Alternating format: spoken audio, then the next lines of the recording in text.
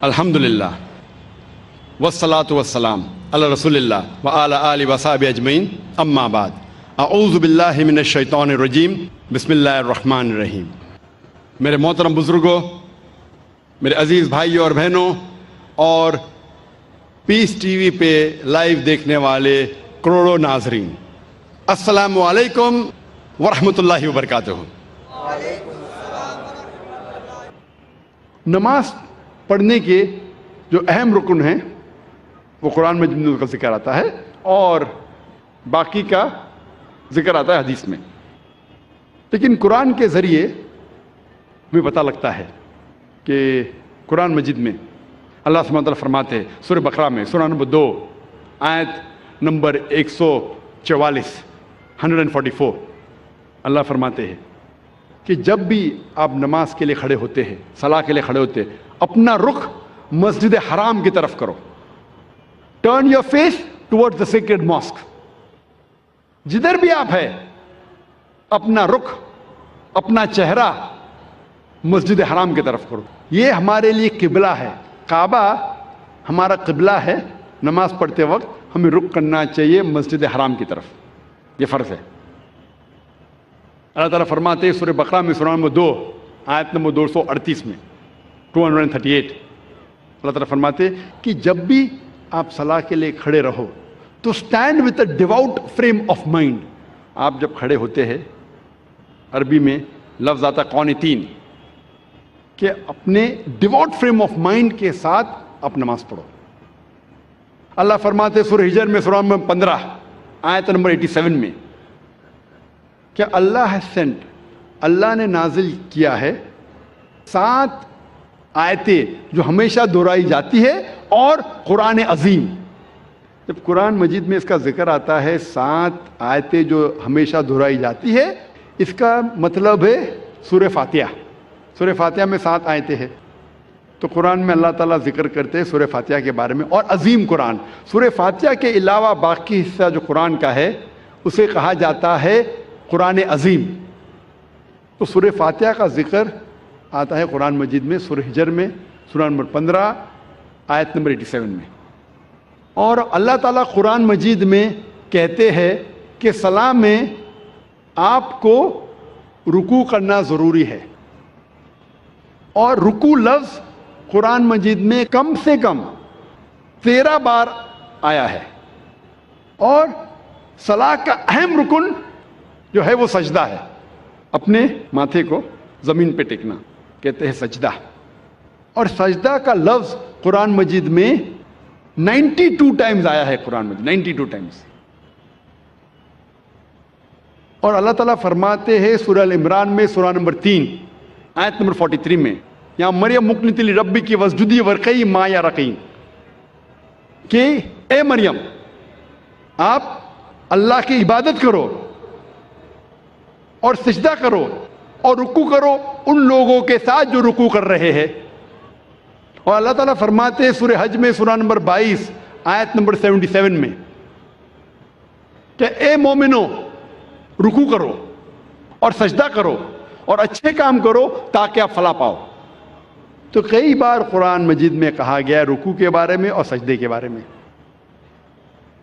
اور اس کے علاوہ قرآن مجید میں کئی بار کہا گیا اطیعوا اللہ واطیعوا الرسول، اللہ کی اطاعت کرو اور اللہ کے رسول کی اطاعت کرو۔ کئی بار قرآن مجید میں آتا ہے۔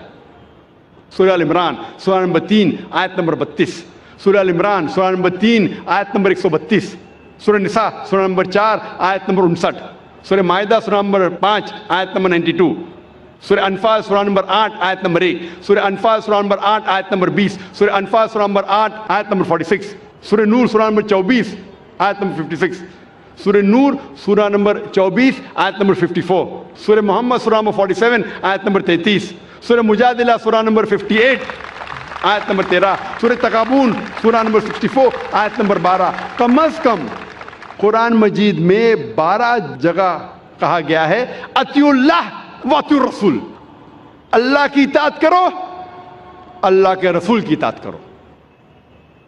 اس کا مطلب اللہ کے علاوہ جو بھی اللہ کے رسول فرماتے ہیں حکم کرتے ہیں، ہمارے لیے فرض ہے کہ اسے ہم مانیں۔ تو صلاح کی باقی رکن، باقی چھوٹی چیزیں کس طریقے سے پڑھی جاتی ہے وہ ذکر آتا ہے حدیث میں۔ جب اللہ کے رسول کی صحیح حدیث پڑھیں گے تو باقی چیز ہمیں ملتی ہے۔ اور اللہ کے رسول فرماتے ہیں صحیح بخاری میں جلد نمبر 1 کتاب الآذان چیپٹر نمبر 18 حدیث نمبر 604 میں، پرے ایز یو سی می پرے، نماز پڑھو جس طریقے سے آپ مجھے پڑھتے ہوئے دیکھ رہے ہیں۔ اور یہ حدیث دہرائی گئی ہے کئی جگہ، یہ دہرائی گئی ہے صحیح بخاری میں جلد نمبر 9 میں حدیث نمبر 352 جہاں اللہ کے رسول فرماتے کہ نماز پڑھو اس طریقے سے جس طریقے سے آپ مجھے پڑھتے ہوئے دیکھ رہے ہیں۔ تو باقی چیز نماز کے بارے میں ہمیں ملتی ہے اللہ کے رسول کی صحیح حدیثوں میں۔ اللہ فرماتے ہیں سورہ داریات میں سورہ نمبر 51 چیپٹر 51 ورس نمبر 56 ورس 56، وما خلقت الجن والانس الا لیعبدون۔ اللہ سبحانہ و تعالیٰ نے جن اور انسان کو اسی لیے بنایا ہے تاکہ وہ اللہ کی عبادت کرے۔ اللہ نے جن اور انسان کو صرف اور صرف اسی لیے بنایا تاکہ وہ اللہ کی عبادت کرے۔ یہ لفظ عبادت آتا ہے عربی لفظ عبد سے، جس کی معنی ہے بندہ، بندگی، اور سارے انسان اللہ کے بندے ہیں۔ ہمیں فرض ہے کہ ہم ہمارے خالق، ہمارے رب اللہ سبحانہ و تعالیٰ کی عبادت کریں۔ کئی مسلمانوں کو غلط فہمی ہے کہ صلاح ہی صرف اللہ کی عبادت ہے۔ صلاح اللہ کی ایک اہم عبادت ہے، سب سے بہترین، لیکن صرف صلاح عبادت نہیں۔ عبادت کے معنی عبد، بندگی، اللہ کا کہنا ماننا۔ جب ہم اللہ کا حکم مانتے ہیں تو ہم اللہ کی عبادت کر رہے ہیں۔ اللہ جس چیز سے ہمیں روکتا ہے ہم اس سے پرہیز کرتے ہیں، ہم اللہ کی عبادت کر رہے ہیں۔ لیکن سب سے بہترین عبادت ہے صلاح۔ اور جو انسان صلاح نہیں پڑھتا ہے، صلاح نہیں پڑھنے کے کئی نقصانات ہیں۔ جو انسان صلاح نہیں پڑھتا اس کا ایمان کمزور ہوتا ہے، ہو سکتا ہے کہ وہ اپنا ایمان بھی گوائے۔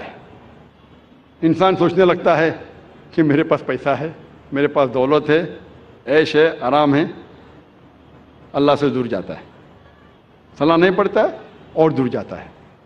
صلاح نہیں پڑھنے سے آپ کی زندگی میں ڈسپلن نہیں آتا ہے۔ ہو سکتا ہے کوئی شخص مجھ سے پوچھے گا، میں کئی لوگ کو جانتا ہوں جو صلاح نہیں پڑھتے لیکن ایک دم پابند ہے، اپوائنٹمنٹ کے پابند ہے، ڈسپلن ہے۔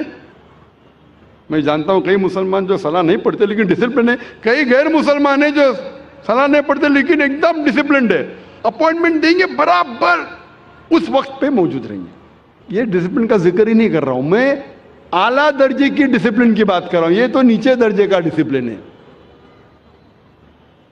اور آپ کبھی بھی دیکھیں گے اپوائنٹمنٹ کے بارے میں، اگر کوئی شخص اپنے ملازم کو اپوائنٹمنٹ دے رہا ہے تو اکثر وہ اگر اپوائنٹمنٹ کے پابندی بھی نہیں کریں گا اسے کوئی فرق پڑتا نہیں، میرا ملازم ہے میں آدھا گھنٹہ لیٹ جاؤں کیا فرق پڑتا ہے، کیونکہ وہ اس سے نیچا ہے۔ اپوائنٹمنٹ 10 بجے کہ آپ پہنچے 10:15 کو پہنچے 10:30 کو پہنچے 11 بجے نہیں بھی پہنچے، ملازم ہے، کوئی فرق پڑتا نہیں۔ اگر آپ اپنے بزنس پارٹنر کو اپوائنٹمنٹ دے رہے، آپ کوشش کریں گے ٹائم پہ رہیں گے، میں میرے بزنس پارٹنر کو تکلیف نہیں دینا، اپوائنٹمنٹ کے ٹائم پہ رہیں گے۔ جس کو آپ سمجھتے ہیں کہ وہ بہت مشہور اور عزت والا ہے، اگر آپ منسٹر کا اپوائنٹمنٹ لیں گے تو کیا کریں گے، 10 منٹ ٹائم کے پہلے پہنچیں گے، آدھا گھنٹہ پہلے پہنچیں گے۔ اگر وزیر اعظم کا اپوائنٹمنٹ لیں گے آپ ڈریں گے کہ اپوائنٹمنٹ چھوٹنے جائے گا تو آدھا گھنٹہ پہلے پہنچیں گے، 1 گھنٹہ پہلے پہنچیں گے۔ یہ انسان کی فطرت ہے۔ جو آپ کے نیچے ہے اس کی آپ قدر نہیں کرتے، جو برابر ہے قدر کرتے، جو اونچا ہے مشہور ہے زیادہ قدر کرتے۔ اس لحاظ سے اگر مان لو یہ چیز صحیح ہے، مان لو کہ یہ اپوائنٹمنٹ کا طریقہ صحیح ہے کہ اگر ٹکر کا ہے تو میں ٹائم پہ جاؤں، زیادہ اونچا ہے تو اور احتیاط رکھو۔ جب آپ کا اپوائنٹمنٹ آپ کے رب کے ساتھ ہے تو کتنی پابندی آپ کو کرنا چاہیے، اور رب کا مقابلہ مخلوق سے کر ہی نہیں سکتے. اگر وزیر کو ملنے کے لیے اتنی پابندی کر رہے تو اپنے رب کو ملنے کے لیے کتنی پابندی کرنا چاہیے آپ کو؟ رب کا مقابلہ وزیر سے ہو ہی نہیں سکتا ہے. وَلَمْ يَكُنْ لَهُ كُفُوًا أَحَدٌ, اس کے جیسا کوئی نہیں ہے.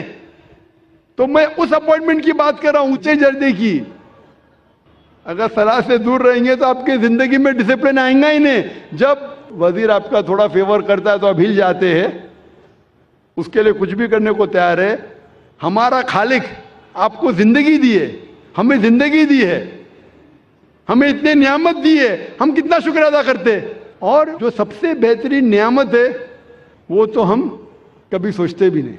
میں آپ سے پوچھنا چاہتا ہوں کہ سب سے بہترین نعمت کیا ہے جو ضروری ہے آپ کے لیے جینے کے لیے؟ کیا ہے؟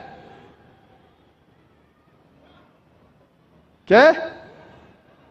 ہوا. شاید آپ نے تقریر سن چکے پہلے. ہاں, میں پوچھنا چاہتا ہوں کتنے لوگ ہمارے خالق کا شکریہ ادا کرتے کہ ہوا جو ہمیں چند منٹوں کے لیے نہیں ملیں گی تو مر جائیں گے. چند منٹوں کے لیے ہوا نہیں ملیں گی, ہم بولتے یا رب شکریہ, آپ نے ہمیں گھر دیا, آپ نے ہمیں گاڑی دی. کتنے لوگ شکریہ ادا کرتے پانی کے لیے, کتنے لوگ شکریہ ادا کرتے ہوا کے لیے. یہ جینے کے لیے ضروری ہے.